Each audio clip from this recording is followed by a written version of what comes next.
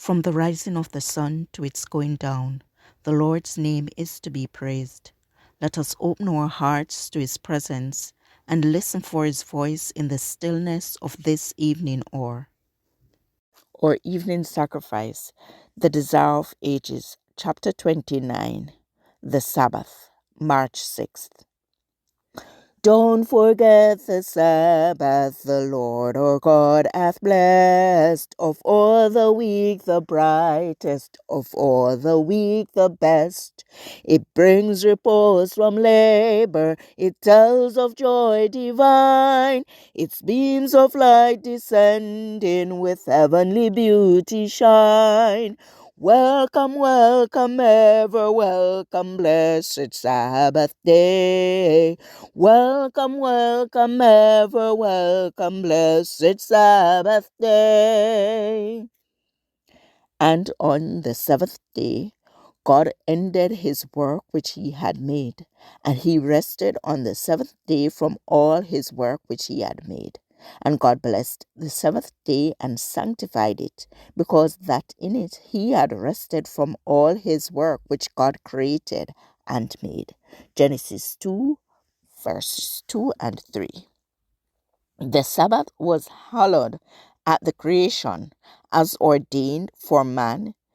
It had its origin when the morning stars sang together and all the sons of God shouted for joy.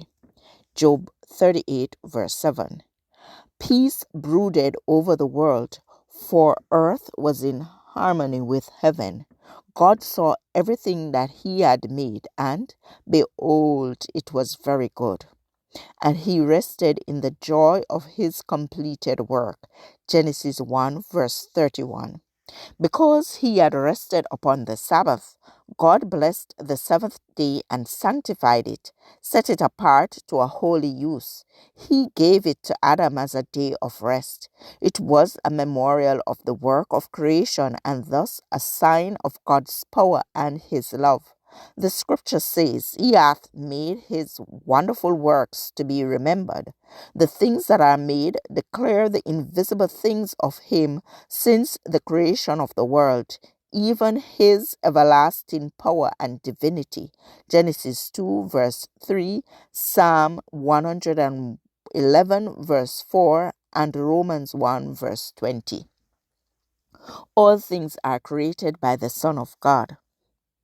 In the beginning was the Word, and the Word was with God. All things were made by him, and without him was not anything made that was made. John 1, verse 1 to 3. And since the Sabbath is a memorial of the work of creation, it is a token of the love and power of Christ. The Sabbath calls our thoughts to nature and brings us into communion with the Creator. In the song of the bird, the sign of the trees, and the music of the sea, we still may hear his voice who talked with Adam in Eden in the cool of the day.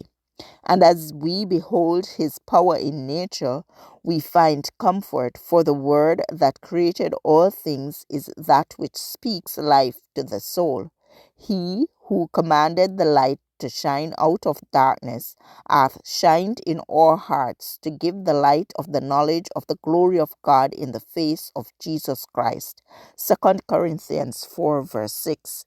It was this thought that awoke the song. Thou, Lord, hast made me glad through thy work. I will triumph in the works of thy hands. O Lord, how great are thy works, and thy thoughts are very deep. Psalm 92, verses 4 and 5. This passage was taken from The Desire of Ages, page 281 and to 282. Pacific Press Publishing Association, copyright 2005, or Evening Sacrifice, March 6th. I encourage you to connect with God and receive strength to overcome obstacles each day. Thank you for listening.